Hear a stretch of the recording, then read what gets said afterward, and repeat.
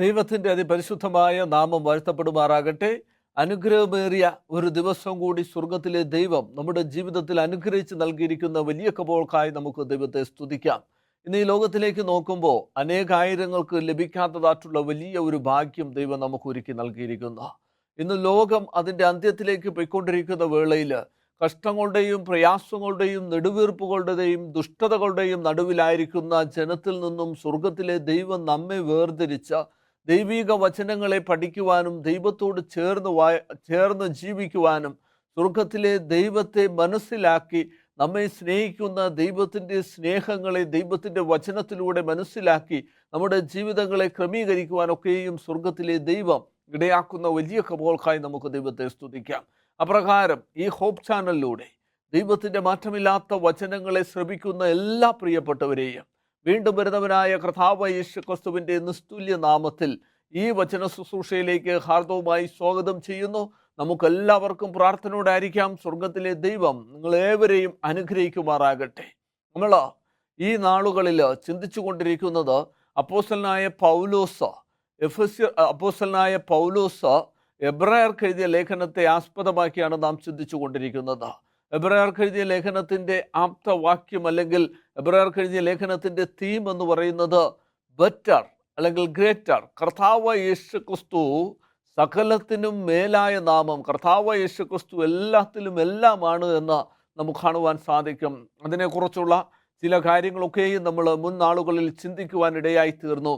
കർത്താവ് യേശു ക്രിസ്തു എല്ലാ പ്രവാചകന്മാരിലും ശ്രേഷ്ഠ പ്രവാചകനാണ് എന്നും കർത്താവ് യേശു ക്രിസ്തു സകല ദൂതന്മാരിലും മേലായ ദൂതനാണ് എന്നും കർത്താവ് യേശു ക്രിസ്തു ഏറ്റവും അനുഗ്രഹിക്കപ്പെട്ട ഏറ്റവും ശ്രേഷ്ഠ സൃഷ്ടികർത്താവും ദൈവവുമാണ് എന്നൊക്കെയും നമ്മൾ ചിന്തിക്കുവാനിടയായി തീർന്നു. അപ്രകാരം ക്രിസ്തുവാണ് സകലത്തിലും സകലതും എന്ന് കാണുവാൻ സാധിക്കും.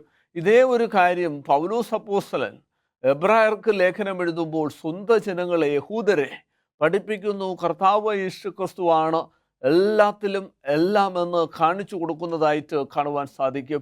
ഏറ്റവും ശ്രേഷ്ഠ മനുഷ്യനായി ഈ ഭൂമിയിൽ വന്ന് നമ്മുടെ പാപങ്ങൾക്ക് വേണ്ടി കാൽവരിയിൽ യാഗമായി തീർന്ന ഒരു ദൈവമാണ് കർത്താവ് യേശു ക്രിസ്തു എന്ന് കാണുവാൻ സാധിക്കും.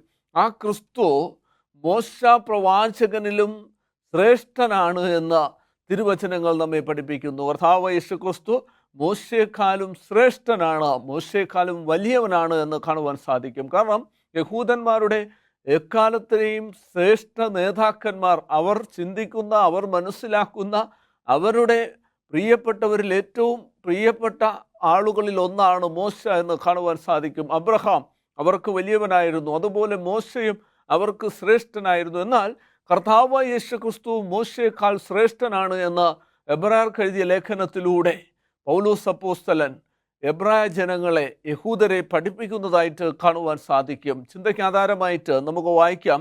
അപ്പോസ്തലനായ പൗലോസ് എബ്രായർക്ക് എഴുതിയ ലേഖനം 3-ാം അധ്യായം അതിൻ്റെ 2-ാമത്തെ വാക്യം ഇപ്രകാരം പറയുന്നു: മോശെ ദൈവഭവനത്തിലൊക്കെയും വിശ്വസ്തനായിരുന്നതുപോലെ യേശുവും തന്നെ നിയമിച്ചാക്കിയവന് വിശ്വസ്തൻ ആകുന്നു. ഭവനത്തെക്കാളും ഭവനം ചമച്ചവന് അധികം മാനമുള്ളതുപോലെ യേശുവും മോശയേക്കാൾ അധികം മഹത്വത്തിന് യോഗ്യൻ എന്നെണ്ണിയിരിക്കുന്ന. ഇവിടെ വളരെ സ്പഷ്ടമായിട്ട് തിരുവചനം പറയുന്നു, കർത്താവ് യേശു ക്രിസ്തു മോശ പ്രവാചകനിലും ശ്രേഷ്ഠമാണ്. ഭവനം ചമച്ച കർത്താവ് യേശു ക്രിസ്തു ഭവനത്തെക്കാൾ ശ്രേഷ്ഠൻ. മോശയെ ചമച്ച കർത്താവ് യേശു ക്രിസ്തു മോശയേക്കാൾ ശ്രേഷ്ഠൻ എന്ന് തിരുവചനം പറഞ്ഞിരിക്കുന്ന. നമുക്ക് കണ്ണുകൾ അടച്ചൊരു നിമിഷം പ്രാർത്ഥിക്കാം. സ്നേഹവാനും പരിശുദ്ധനുമായിരിക്കുന്ന അടിയങ്ങളുടെ വാഴ്ത്തപ്പെട്ട സ്വർഗീയ നല്ല പിതാവാം ദൈവമേ, അടിയങ്ങളുടെ കർത്താവ് ഞങ്ങളുടെ മാറ്റമില്ലാത്ത വചനങ്ങളെക്കുറിച്ച് ചിന്തിക്കുമ്പോൾ ധ്യാനിക്കുമ്പോൾ എൻ്റെ ദൈവം എത്രത്തോളം ശ്രേഷ്ഠനാണ്, മറ്റാരേക്കാളും എത്രത്തോളം ശ്രേഷ്ഠനാണ് എന്നതിനെക്കുറിച്ച് ചിന്തിക്കുമ്പോൾ ദൈവിക സാന്നിധ്യം അങ്ങയുടെ പരിശുദ്ധാത്മശക്തി അടിയങ്ങളോട് കൂടെ ഇരിക്കണമെന്ന് അടിയക്കായി കാൽവരിയിൽ മരിച്ചുയർത്ത് നേക്കും ജീവിക്കുന്ന യേശുവിൻ നാമത്തിൽ തന്നെ ആമേൻ. നമ്മൾ മോശയെക്കുറിച്ച് ചിന്തിക്കുമ്പോൾ നമുക്ക് കാണുവാൻ സാധിക്കും, പുറപ്പാട് പുസ്തകം 1-ാം അധ്യായം രേഖപ്പെടുത്തുന്നത് ഒരു യഹൂദ പുരുഷൻ, ഒരു ലേവ്യ പുരുഷൻ ഒരു ലേവ്യ സ്ത്രീയെ പോയി വിവാഹം കഴിക്കുകയും അതിലൊരു കുഞ്ഞ് ജനിക്കുകയും ചെയ്തു. ആ കുഞ്ഞ് കാണാൻ കോമളത്വമുള്ളവനെന്ന് കണ്ടിട്ട് ആ കുഞ്ഞിനെ ഒളിപ്പിച്ചു വച്ചു എന്നാണ് തിരുവചനം പറയുന്നത്. കാരണം മോശ ജനിക്കുന്നതായിട്ടുള്ള സമയത്ത് ഇസ്രയേൽ ജനം മിസ്രൈം ദേശത്തായിരുന്നുവെന്നും അവർ അടിമ ജീവിതം നയിച്ചിരുന്നു എന്നും കാണുവാൻ സാധിക്കാം. അപ്രകാരം മിസ്രൈം ദേശത്ത് അടിമ ജീവിതം നയിക്കുന്ന ഇസ്രയേൽ ജനങ്ങളെക്കുറിച്ച് അതിനും നാളുകൾക്ക് മുമ്പ്, വർഷങ്ങൾക്ക് മുമ്പ് സ്വർഗത്തിലെ ദൈവം അബ്രഹാമിന് വെളിപ്പെടുത്തി കൊടുത്തു എന്ന് കാണുവാൻ സാധിക്കാം. ഉൽപ്പത്തി പുസ്തകം അതിൻ്റെ 15-ാം അധ്യായം നമ്മൾ വായിക്കുമ്പോൾ വളരെ സ്പഷ്ടമായിട്ട് സ്വർഗത്തിലെ ദൈവം അവിടെ അബ്രഹാമിനോട് കൽപ്പിക്കുന്നത് ഇപ്രകാരമാണ്: നിന്റെ ജനം, നിന്റെ തലമുറ, നിന്റെ സന്തതി പരമ്പര അന്യമല്ലാത്ത ദേശത്ത്, അല്ലെങ്കിൽ അന്യമായിരിക്കുന്ന ദേശത്ത്, മറ്റൊരു രാജ്യത്ത് പരദേശവാസം ചെയ്യും എന്ന് കൽപ്പിച്ചു. അങ്ങനെ സ്വർഗത്തിലെ ദൈവം അബ്രഹാമിനോട് കൽപ്പിച്ച് 430 വർഷക്കാലം അവർ പരദേശവാസികളായിട്ട് ഈ മിസ്രൈമിലായിരിക്കുമെന്ന് സ്വർഗത്തിലെ ദൈവം ആരംഭത്തിൽ തന്നെ അവസാനവും പൂർവ്വകാലത്ത് തന്നെ മേലാൽ സംഭവിക്കാനിരിക്കുന്നതും പ്രസ്താവിക്കുന്ന ദൈവം അബ്രഹാമിന് വെളിപ്പെടുത്തി കൊടുത്തു. അങ്ങനെ 430 വർഷം തികഞ്ഞപ്പോൾ സ്വർഗത്തിലെ ദൈവം മറ്റൊരു പ്രവാചകനെ ഉയർത്തുന്നു. അതാണ് മോശ പ്രവാചകനെന്ന് കാണുവാൻ സാധിക്കും. എന്നാൽ മോശ പ്രവാചകൻ ജനിക്കുന്ന സമയത്ത് ജോസഫിനെ അറിയാത്തതായിട്ടുള്ളൊരു ഫറവോൻ മിസ്രൈമിൽ ആവിർഭവിക്കുകയും ആ ഫറവോൻ ഇസ്രയേൽ ജനങ്ങളെ ഉപദ്രവിക്കുവാൻ തുടങ്ങുകയും ചെയ്തു. അങ്ങനെ ഇസ്രയേൽ ജനങ്ങൾക്ക് അടിമ ജീവിതം നൽകി അവരുടെ ഊഴിയവേല ഏറ്റവും കഠിനമാക്കിയിരിക്കുന്ന സമയത്ത് അവർ കുഞ്ഞുങ്ങളെ പ്രസവിക്കുകയും അല്ലെങ്കിൽ കുഞ്ഞുങ്ങൾക്ക് അവർ ജന്മം നൽകി അവർ ഏറ്റവും അധികം പെരുകിയിരിക്കുന്നു എന്ന് മനസ്സിലാക്കിയ ഫറവോൻ അവിടെ അത് നിയന്ത്രിക്കുന്നതിന് വേണ്ടി ജനിക്കുന്ന ആൺകുഞ്ഞുങ്ങളൊക്കെയും നൈൽ നദിയിൽ എറിഞ്ഞു കൊല്ലണം എന്നുള്ള ആജ്ഞ പുറപ്പെടുവിച്ചു. ജനിക്കുന്നത് പെൺകുഞ്ഞാണെങ്കിൽ കുഴപ്പമില്ല, ആൺകുഞ്ഞാണെങ്കിൽ അതിനെ നൈൽ നദിയിൽ എറിഞ്ഞു കൊല്ലണം എന്നുള്ള നിയമം നിലനിൽക്കുന്ന സമയം. ചിന്തിച്ചു നോക്കുക, ഈ ലോകത്ത് ഒരു സ്ത്രീ അനുഭവിക്കുന്ന ഏറ്റവും വലിയ വേദന എന്ന് പറയുന്നത് പ്രസവ വേദനയാണ് എന്ന് തെളിയിച്ചിരിക്കുന്നു.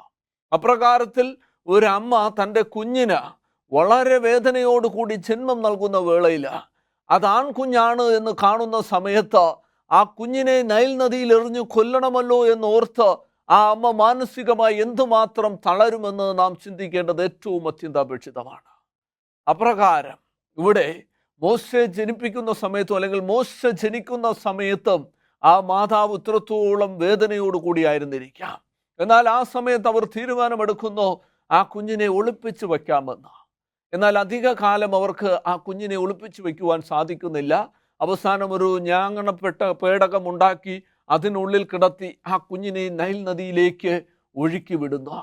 അങ്ങനെ നൈൽ നദിയിലേക്ക് ആ കുഞ്ഞ് ഒഴുകി പോകുന്ന സമയത്ത് ആ കുഞ്ഞിൻ്റെ സഹോദരി മിരിയം ആ കുഞ്ഞിന് എന്ത് സംഭവിക്കുന്നു എന്ന് കാണുന്നതിന് വേണ്ടി ആ കുഞ്ഞിൻ്റെ പിന്നാലെ പോകുന്നു. അങ്ങനെ മിരിയം കടന്നു ചെല്ലുന്നതായിട്ടുള്ള സമയത്ത് ആ കുഞ്ഞിനെ വെള്ളത്തിൽ നിന്നും ഫറവോന്റെ പുത്രി വലിച്ചെടുത്തു. മോശയുടെ പേര് തന്നെ വെള്ളത്തിൽ നിന്നും വലിച്ചെടുത്തവനാകയാൽ അവന് മോശ എന്ന് പേർ വന്നു. അങ്ങനെ ഫറവോൻ ആ കുഞ്ഞിനെ വെള്ളത്തിൽ നിന്നും വലിച്ചെടുത്ത് സംരക്ഷിക്കുന്നു. ഇവിടെ ദൈവത്തിൻ്റെ അത്ഭുതകരമായ കരം നമുക്ക് കാണുവാൻ സാധിക്കാം. ദൈവത്തിൻ്റെ വചനം പറയുന്നു, നിന്റെ വിചാരങ്ങളല്ല എൻ്റെ വിചാരങ്ങൾ, നിന്റെ ചിന്തകളല്ല എൻ്റെ ചിന്തകൾ. സ്വർഗം ഭൂമിക്ക് മുകളിൽ ഉയർന്നിരിക്കുന്നത് പോലെ ദൈവത്തിൻ്റെ വിചാരങ്ങളും ചിന്തകളും അതിശ്രേഷ്ഠമാണ് എന്ന് കാണുവാൻ സാധിക്കും. അപ്രകാരം ഇവിടെ മോശയെ സ്വർഗത്തിലെ ദൈവത്തിൻ്റെ ആലോചന പ്രകാരം മോശയെ നശിപ്പിക്കുന്നതിന് വേണ്ടി ആജ്ഞ പുറപ്പെടുവിച്ചതായിട്ടുള്ള ഫറവോന്റെ പുത്രിയിലൂടെ തന്നെ ഇവിടെ മോശയെ വലിച്ചെടുക്കുന്നതായിട്ട് കാണുവാൻ സാധിക്കാം. അങ്ങനെ മോശയെ ഫറവോന്റെ പുത്രി വലിച്ചെടുക്കുകയും മിരിയമിൻ്റെ ഇടപെടൽ കാരണം സ്വന്തം അമ്മയുടെ കൈകളിലേക്ക് മോശ എത്തപ്പെടുകയും ചെയ്യുന്നു. അങ്ങനെ ആ മാതാവ് ആ കുഞ്ഞിനെ വളർന്ന് ആ കുഞ്ഞ് വലുതായത് സമയത്ത് ആ കുഞ്ഞിനെ ഈ ഫറവോന്റെ പുത്രി തൻ്റെ രാജകൊട്ടാരത്തിലേക്ക് കൂട്ടിക്കൊണ്ടുപോകുന്നു. അങ്ങനെ മോശ രാജകൊട്ടാരത്തിൽ വളരുന്നു. അങ്ങനെ ഇരിക്കുന്ന ഒരു സമയത്ത് മോശ നോക്കുമ്പോൾ ഒരു എബ്രായനെ, ഒരു ഇസ്രയേലിയനെ, ഒരു മിസ്രൈമിക്കാരൻ കാണുന്ന വേളയിൽ ആ വ്യക്തിയെ മോശ കൊല്ലുന്നതായിട്ട് കാണുവാൻ സാധിക്കാം. അടുത്ത ദിവസം രണ്ട് ഇസ്രയേലിയർ തമ്മിൽ വഴക്കിടുന്നതായിട്ടുള്ള വേളയിൽ മോശ അവരെ അനുരഞ്ജനപ്പെടുത്തുവാൻ ശ്രമിക്കുന്ന വേളയിൽ മോശയുടെ കൊലപാതകം പ്രശസ്തമാകുന്നു.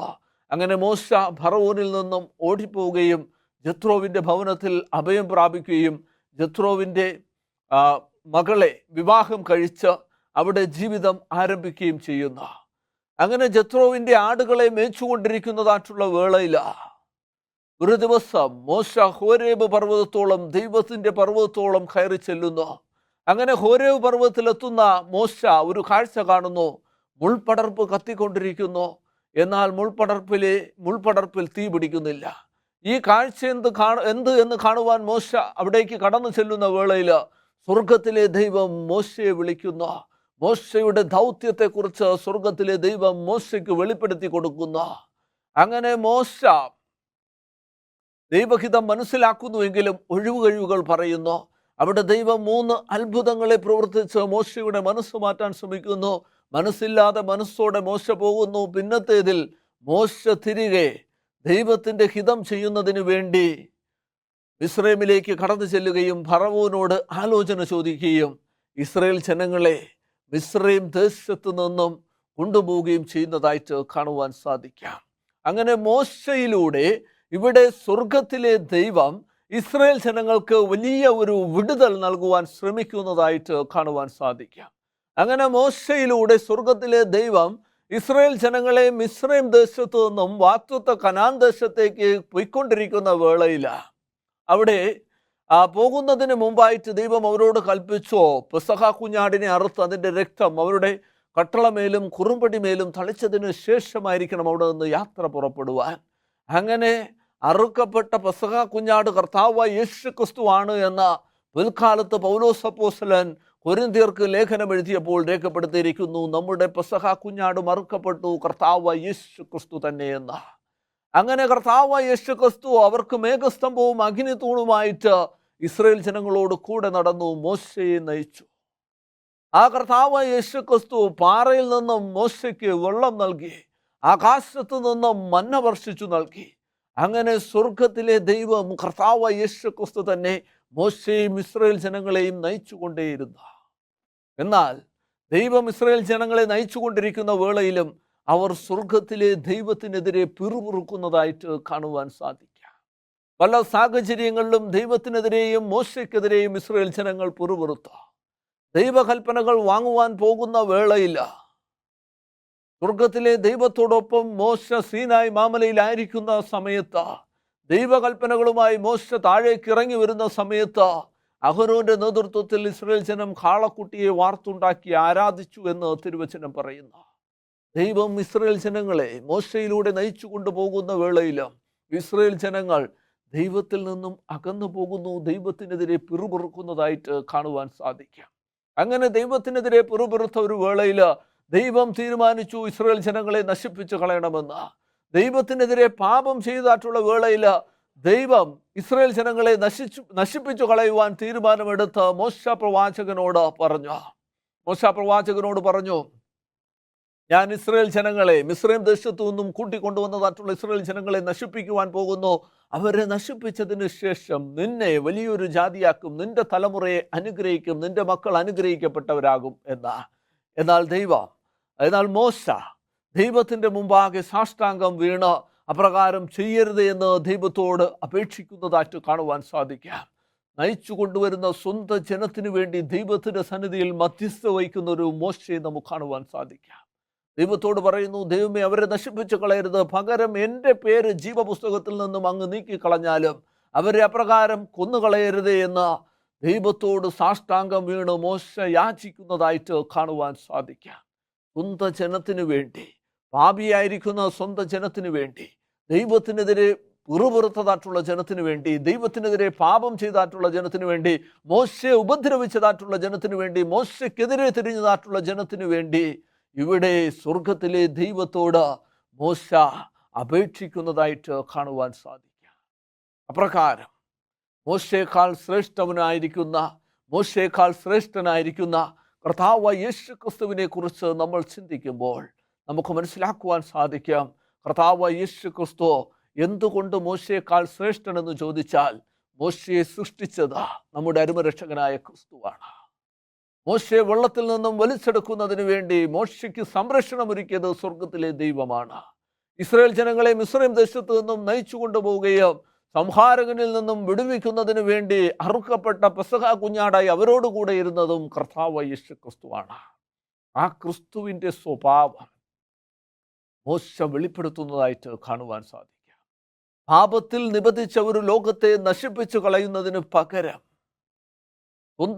സ്വന്തം പിതാവായിരിക്കുന്ന സ്വന്തം പിതാവായ ദൈവത്തിൻ്റെ ആജ്ഞ അനുസരണം, സ്വന്തം പിതാവായ ദൈവത്തിൻ്റെ ഇഷ്ടം നിറവേറ്റുന്നതിന് വേണ്ടി ഈ ലോകത്തിന് വേണ്ടി യാഗമാകുവാൻ തീരുമാനിച്ച കർത്താവായ യേശു ക്രിസ്തു.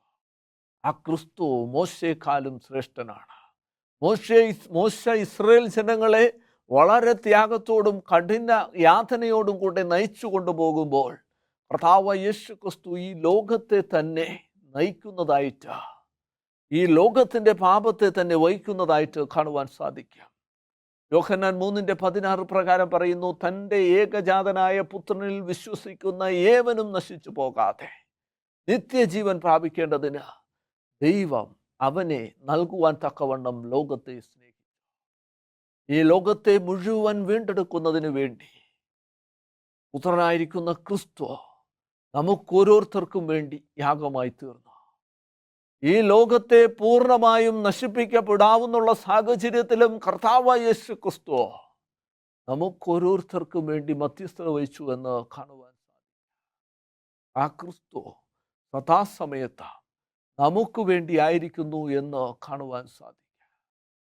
മോശ പ്രവാചകൻ ഇസ്രായേൽ ജനങ്ങൾക്ക് വേണ്ടി ദൈവസന്നിധിയിൽ മധ്യസ്ഥത വഹിച്ചു. മോശ പ്രവാചകൻ ഇസ്രായേൽ ജനങ്ങൾക്ക് വേണ്ടി ദൈവത്തോട് അപേക്ഷിച്ചു. മോശ പ്രവാചകൻ ഇസ്രായേൽ ജനങ്ങളെ മിസ്രൈം ദേശത്തിലേക്ക് നയിച്ചു എന്ന് കാണുവാൻ സാധിക്കും. ആ മോശ പ്രവാചകൻ മരിച്ചു, അടക്കപ്പെട്ടു. സ്വർഗത്തിലെ ദൈവം മോശ പ്രവാചകനെ ഉയർപ്പിച്ചു കൊണ്ടുപോയി എന്ന് തിരുവചനം പറയുന്നു. ഇസ്രായേൽ ജനങ്ങളുടെ പാപത്തിൻ്റെ ഫലമായിട്ട് ആ മോശ പ്രവാചകൻ ഇസ്രായേൽ ജനങ്ങളുടെ മധ്യത്തിൽ, ആ മോശ പ്രവാചകൻ മലയിലേക്ക് കയറി ചെല്ലുകയും അവിടെ മരിച്ച് അടക്കപ്പെടുകയും ചെയ്തായിട്ട് കാണുവാൻ സാധിക്കുക. എന്നാൽ ആ മോശ പ്രവാചകനെ പിൽക്കാലത്ത് ദൈവത്തിൻ്റെ പുത്രനായിരിക്കുന്ന ക്രിസ്തു മിഖായേൽ ഒരു ദൂഷണവും ഉച്ചരിക്കാതെ പിശാച് മോശയുടെ ശരീരത്തിന് വേണ്ടി ബാധിച്ചു കൊണ്ടിരിക്കുമ്പോൾ ഈ പുത്രനായ ക്രിസ്തു തൻ്റെ രക്തത്തിൻ്റെ സുഹൃതത്താൽ മോശയെ കല്ലറയിൽ നിന്നും ഉയർപ്പിച്ചു കൊണ്ടുപോയി എന്ന് തിരുവചനം രേഖപ്പെടുത്തുന്നു. അങ്ങനെ മോശയും ഏലിയാവും കർത്താവായ യേശു ക്രിസ്തുവിനോടൊപ്പം പർവ്വതത്തിൽ മറുരൂപ മലയിൽ ഒരുമിച്ചായിരുന്നതിനെ കുറിച്ച് തിരുവചനം രേഖപ്പെടുത്തുന്നു. കർത്താവായ യേശു ക്രിസ്തു മോശയെക്കാളും ശ്രേഷ്ഠനാണ് എന്ന് കാണുവാൻ സാധിക്കും. ഇസ്രായേൽ ജനങ്ങളെ നയിച്ച മോശയ്ക്ക് ഇസ്രായേൽ ജനങ്ങൾ, യഹൂദ ജനങ്ങൾ ഇത്രത്തോളം പ്രാധാന്യം കൽപ്പിച്ചു നൽകുന്ന വേളയിൽ ആ മോശയ്ക്ക് വേണ്ടി പോലും കാൽവരിയിൽ മരിച്ച ഒരു ക്രിസ്തുവിനെ നമുക്ക് കാണുവാൻ സാധിക്കും. ആ മോശയുടെ പാപങ്ങൾക്ക് വേണ്ടിയും ആ മോശ ചെയ്തിട്ടുള്ള തെറ്റിനു വേണ്ടിയും കർത്താവായ യേശു ക്രിസ്തു കാൽവരിയിൽ യാഗമായി തീർന്നു എന്ന് കാണുവാൻ സാധിക്കും. അതുകൊണ്ടാണ് പിശാച് മോശയുടെ ശരീരത്തിന് വേണ്ടി വാദിച്ചപ്പോൾ ആ മോശയ്ക്ക് കൂടി വേണ്ടിയാണ് കർത്താവായ യേശു ക്രിസ്തു മരിച്ചത് എന്ന് അവിടെ കാണിച്ചു കൊടുക്കുന്നത്. ആ കർത്താവായ യേശു ക്രിസ്തു മോശയെക്കാളും സൗമ്യനാണ് എന്ന് കാണുവാൻ സാധിക്കും. മോശയെക്കുറിച്ച് തിരുവചനം പറയുന്നത് ലോകം കണ്ടതിൽ വെച്ച് ഏറ്റവും സൗമ്യനായ മനുഷ്യനാണ് മോശ എന്നാണ്. ഏറ്റവും സൗമ്യനായ മനുഷ്യൻ മോശ എന്നാണ് പറയുന്നത്. എന്നാൽ ആ മോശയെക്കാളും സൗമ്യൻ, ആ മോശയെ പോലും വീണ്ടെടുത്തവൻ, ആ മോശയെ പോലും സൃഷ്ടിച്ചവനാണ് കർത്താവായ യേശു ക്രിസ്തു.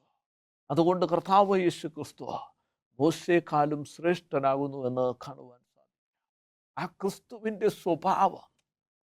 ക്രിസ്തുവിൻ്റെ സ്വഭാവം മോശ വഹിച്ചത് കൊണ്ടാണ് മോശയ്ക്ക് ശ്രേഷ്ഠനാകുവാൻ സാധിച്ചത്. നമ്മെ ഓരോരുത്തരെയും വീണ്ടെടുത്തിരിക്കുന്ന കർത്താവായ യേശു ക്രിസ്തുവിൽ നാം ഓരോരുത്തരും ദിനം പ്രതി പുതുക്കം പ്രാപിക്കണമെന്ന് ദൈവത്തിൻ്റെ വചനം നമ്മെ ഓർമ്മിപ്പിക്കുന്നു.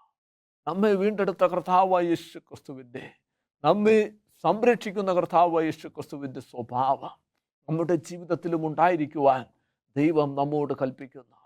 അപ്രകാരം മോശ കർത്താവായ യേശു ക്രിസ്തുവിൽ ജനിച്ചപ്പോൾ മോശയെ സ്വർഗത്തിലെ ദൈവം വിളിച്ച് വേർതിരിച്ച് തൻ്റെ ദൗത്യത്തെക്കുറിച്ച് പറഞ്ഞുകൊടുത്ത് ആ ദേശത്ത് നിന്നും ഇസ്രായേൽ ജനങ്ങളെ നയിക്കുന്നതിന് വേണ്ടിയുള്ള എല്ലാ സജ്ജീകരണങ്ങളും ഒരുക്കി മോശയിലൂടെ സ്വർഗത്തിലെ ദൈവം ഇസ്രായേൽ ജനങ്ങളെ നയിച്ചതുപോലെ ഈ അന്ത്യനാളുകളിൽ ജീവിക്കുന്ന നമ്മെ ഓരോരുത്തരെയും സ്വർഗത്തിലെ ദൈവം വിളിച്ചിരിക്കുകയാണ്. 1 പത്രോസിന്റെ ലേഖനം 2-ാം അധ്യായം 9-ാമത്തെ വാക്യം, നിങ്ങളോ അന്ധകാരത്തിൽ നിന്നും വിളിച്ചവന്റെ അത്ഭുത പ്രകാശത്തെ ലോകത്തിന് നൽകുന്നതിന് വേണ്ടി ദൈവം തിരഞ്ഞെടുത്തിരിക്കുന്ന ഓരോ ജാതിയും രാജകീയ പുരോഹിത വർഗവും സ്വന്തം ജനവുമാണ് നമ്മൾ ഓരോരുത്തരുമെന്ന് തിരുവചനം പറയുന്നു. അപ്രകാരത്തിൽ നമ്മെ വിളിച്ചിരിക്കുന്ന ആ ദൈവത്തിൻ്റെ പ്രകാശം ലോകത്തിന് നൽകുന്നതിന് വേണ്ടിയാണ് സ്വർഗത്തിലെ ദൈവം നമ്മെ ഓരോരുത്തരെയും വിളിച്ചിരിക്കുന്നത്. ആ ക്രിസ്തു നമ്മെ വിളിച്ചപ്പോൾ, നമ്മെ വിളിക്കുന്നതിന് മുമ്പേ മോശയെ വിളിച്ചപ്പോൾ, മോശ ക്രിസ്തുവിൽ ജനിക്കുകയും ദിനം പ്രതി പുതുക്കമുള്ളവനായി ക്രിസ്തുവിനോടൊപ്പം നടക്കുകയും ചെയ്തപ്പോൾ ക്രിസ്തുവിൻ്റെ സ്വഭാവ സവിശേഷതകൾ പ്രകടിപ്പിച്ചു എന്ന് കാണുവാൻ സാധിക്കാം. അതേ ക്രിസ്തുവിൽ നമ്മളും ദൈനംദിനം പുതുക്കം പ്രാപിക്കുന്നവരാകുമ്പോൾ, ആ ക്രിസ്തുവിനോടൊപ്പം നാം വസിക്കുമ്പോൾ തീർച്ചയായിട്ടും നമുക്കും മോശയെ പോലെ സൗമ്യതയുള്ളവനെന്നുള്ള വിളി കേൾക്കുവാൻ സാധിക്കും. ലോകം കണ്ട ഏറ്റവും ശ്രേഷ്ഠ നേതാവ് എന്നുള്ള വിളി കേൾക്കുവാൻ സാധിക്കും. ആ ക്രിസ്തുവിൻ്റെ സ്വഭാവം പ്രകടിപ്പിക്കുന്നവൻ എന്നുള്ള വിളി കേൾക്കുവാൻ സാധിക്കും. അതിന് നാം ഓരോരുത്തരും ദൈനംദിനം കർത്താവായ യേശു ക്രിസ്തുവിൽ പുതുക്കം പ്രാപിക്കേണ്ടത്, ക്രിസ്തുവിൽ ജനിക്കേണ്ടത് ഏറ്റവും അത്യന്താപേക്ഷിതമാണ്.